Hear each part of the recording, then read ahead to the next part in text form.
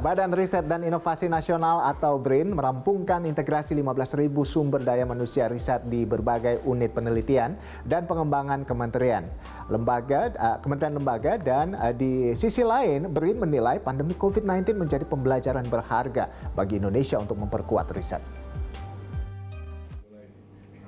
Kepala BRIN, Laksano Trihandoko mengatakan, eksekusi integrasi SDM dimulai September tahun lalu dan berjalan sesuai target. Integrasi di BRIN tak hanya berkaitan dengan menggabungkan yang sudah ada, melainkan juga mencakup proses bisnis.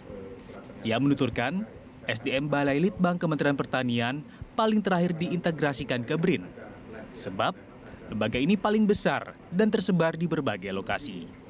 Sementara itu, BRIN memiliki fasilitas pusat riset tertentu, di antaranya Kawasan Sains dan Teknologi atau KST Soekarno Cibinong, Jawa Barat, KST Habibie Serpong, Banten, dan KST Samaun Samadikun, Bandung, Jawa Barat. Ya, jadi kami dengan adanya BRIN, kita harus bisa memfasilitasi, ya kan, periset di seluruh tanah air, itu nomor satu. Yang kedua, kita bisa menjadi fasilitasi untuk penciptaan lembaga-lembaga riset non-pemerintah. Gitu ya. Jadi kita harus bisa menjadi enabler dan fasilitator supaya katakanlah industri, misalnya pelaku usaha itu bisa masuk ke riset lebih mudah dengan risiko yang rendah. Begitu, setidaknya di awal ya. Di sisi lain, Handoko menilai pandemi COVID-19 memberikan pelajaran berharga untuk mendorong pengembangan riset, mulai dari SDM, berupa tim periset, hingga infrastruktur. Seperti halnya di luar negeri. Di saat kondisi krisis, yang menjadi frontliner adalah tentara dan periset. Menurut Handoko, sebelum adanya pandemi COVID-19, infrastruktur bergantung pada industri. Hal ini menjadi salah satu kendala periset, misalnya untuk melakukan uji klinis terbatas vaksin, mulai dari praklinis pada hewan, namun dengan biaya yang sangat mahal. Ia mengatakan, pengembangan vaksin di tanah air tak hanya berkaitan dengan COVID-19, melainkan juga berbagai penyakit endemik seperti TBC dan malaria.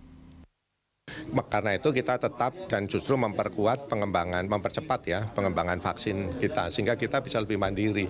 Kalau kita yang lisensi sendiri kan pasti lebih murah ya gitu.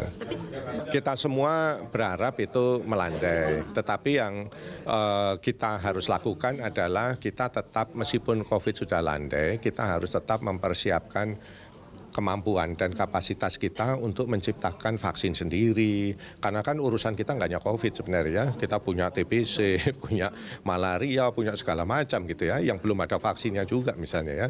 Jadi kita harus tetap memperkuat kapasitas dan kompetensi periset kita untuk bisa melakukan dan segera mengembangkan berbagai vaksin yang memang diperlukan dan jadi penyakit endemik di negara kita sejak lama gitu.